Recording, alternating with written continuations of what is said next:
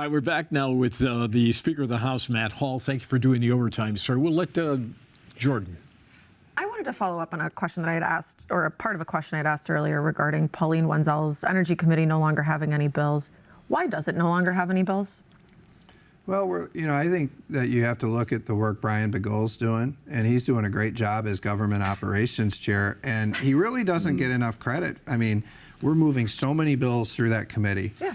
Now, I'll tell you one thing, what the consensus now, you ask anybody, your energy bill is going way up because of that Democrat energy law that they passed last year.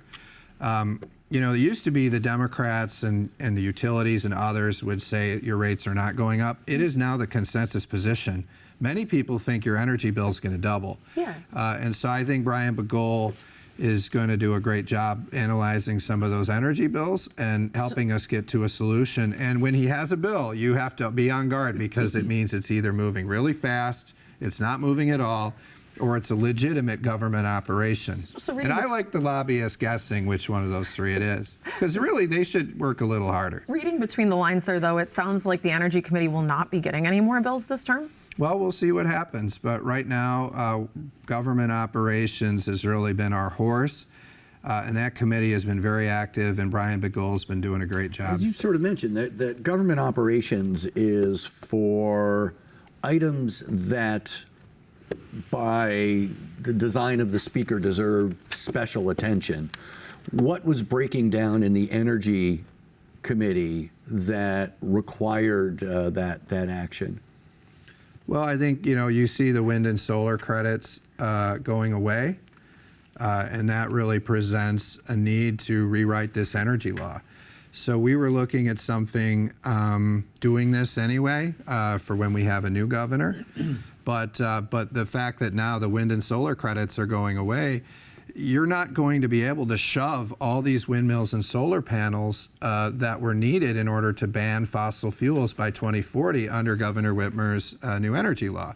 So I see a real urgency to start working on this because, Democrats and Republicans, and this is something you guys don't give me credit for, but we carried that legislation on the data centers, Republicans. If Joe Tate put that up and a minority of his caucus voted for it, it was Republicans that helped him get that done. Now, Ranjit Puri would have tanked it. He would have voted no. But Republicans have helped Joe Tate get several bills done when they aligned with our platform. But because of AI and because of a lot of these data centers that are coming in as a result of that legislation, there's going to be a lot of pressure on our energy system and our grid. That's why it's so helpful that President Trump is keeping that coal plant open in Ottawa County. He's working to get Palisades funded and permitted, and he's helping us with Line 5, expediting the permitting on that. But we're going to have to rewrite this energy law because we need an affordable and reliable energy grid, and Brian BeGole right now is taking a look at those energy bills. Mr. Speaker, we did a survey, Mr. Speaker, with our readers at MERS, who are lobbyists and association executives. We got 100 responses, and more than 80% of them said that you were, at least in part, a reason why we don't have a budget agreement right now. What did you make when you saw those results? Well, I also received the highest approval rating from your subscribers of anyone that's a leader in state government. My approval rating, as reported in WWJ, is higher than Gretchen Whitmer's because of the survey you did. Also, much higher than Winnie Brinks or Ranjit Puri. And I believe Ranjit Puri at 31% had the lowest approval rating in the history of the MERS survey. So it's kind of like at the national level, people are critical of Donald Trump. But if you look at the federal Democrats, they are significantly more unpopular than Donald Trump. And then you look at this new guy in New York who's running for mayor, he's even more unpopular. And he's emerging as a leader in the Ranjit Puri wing of the Democrat Party.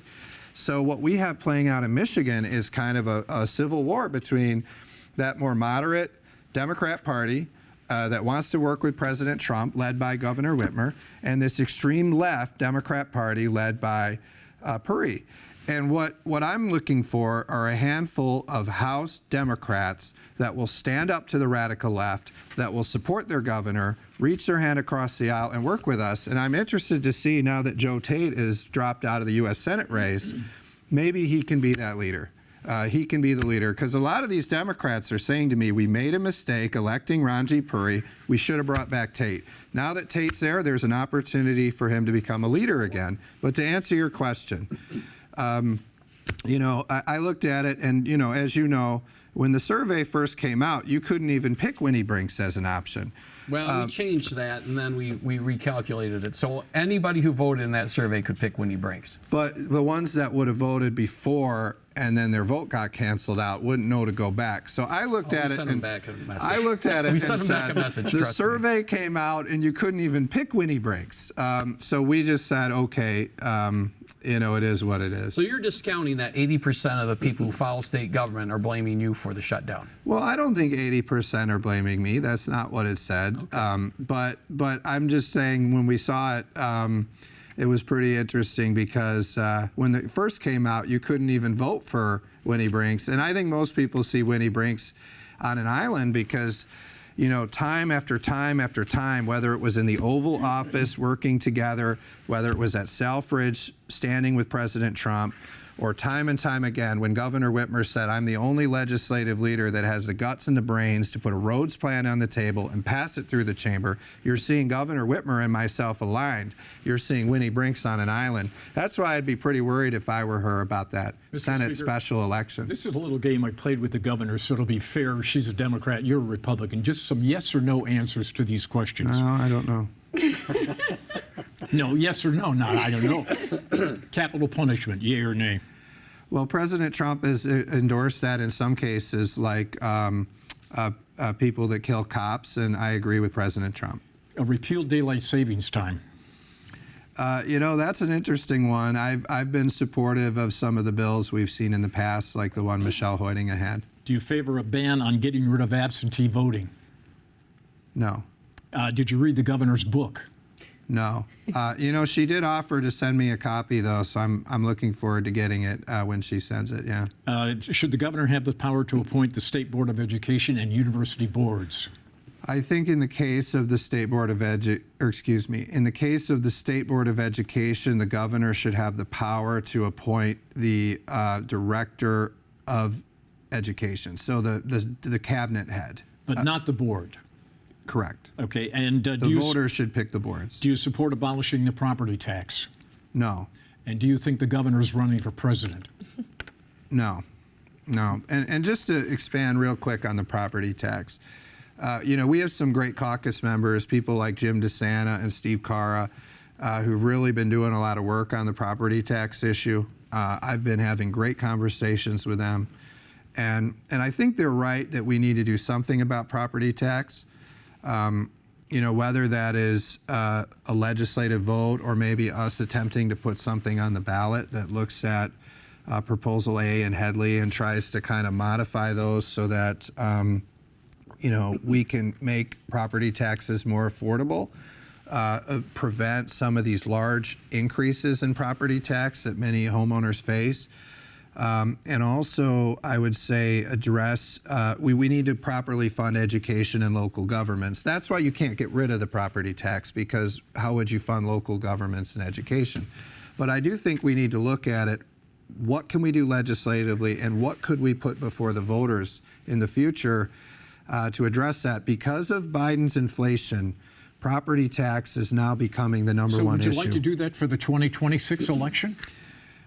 Once we get through this budget on September 30th, then I think our next focus is going to be how do we tackle this issue, and at that time I'll have a good read on whether that's something we could pull together for this election. But we're definitely considering it, and it's just, you know, let's get through the September 30th budget, and then that's the next issue that I think is going to dominate this town, is how do we do property tax and the potential of putting that on the next ballot if we can't do it all legislatively. What would you modify about the Headley Amendment?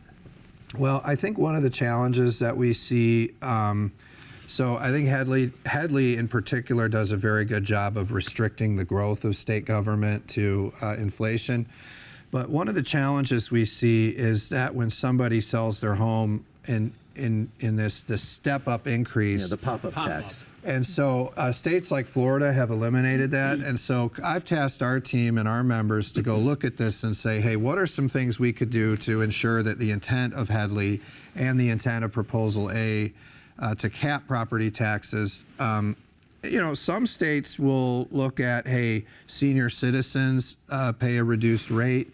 So we're looking at all those options, and we want to put something forward in the legislature and potentially on the ballot that would help give people property tax relief. But, that's really going to happen after we get the state budget done. We'll take one more, and then I got to get him out of here. Gotcha. I mean, I guess I'll just, for the last one, a second ago you mentioned things that you agreed with President Trump on. Is there anything that the president is doing currently that you disagree with? And if so, what is it? No? None of it? Nothing? Nope. I think he's doing a fantastic job. I've been a supporter of his since early 2015. I'm not a big fan of Clara Hendrickson at the Free Press, but if you read her story she just wrote, she points out, I was the person that was negotiating a lot of the key assignments at the convention in 2016 to ensure that President Trump secured the nomination and secured Michigan's delegates. I've been with him the whole time. I just want to say one thing about some of the comments in the beginning segment. This is my observation. I'm grateful that Governor Whitmer is showing leadership in working with President Trump. I was there in his first term. It was challenging for someone like me who was a true Trump supporter that had the connections on the inside to get things done because our governor was fighting with President Trump. This term, it's so much easier to get things done with Governor Whitmer embracing and saying positive things and talking to President Trump and building that rapport. But I will say one thing. So far, the only things that we've seen her be successful on are things where there's 100% alignment between the House Republicans, some of our Republicans in Congress, and Governor Whitmer. So when I went to the Oval Office with Governor Whitmer at the president's team's request, the three things we found consensus on were the Selfridge Air National Guard base, the Asian carp issue, and the Northern Michigan relief. And those are the three things she got done. So what I found is we're successful when we get our ducks in a row, and Governor Whitmer and I are in alignment. We go to President Trump. She is such an asset and ally in helping get things done. But I don't think it's fair to report that Governor Whitmer is doing it alone. It's really the partnership of Republicans and Democrats. And I'm grateful, those were some big moments for our state where we got some things done, and there's more to come. Mr. Speaker, thanks for joining us. Thank you, Tim. Always good to see you.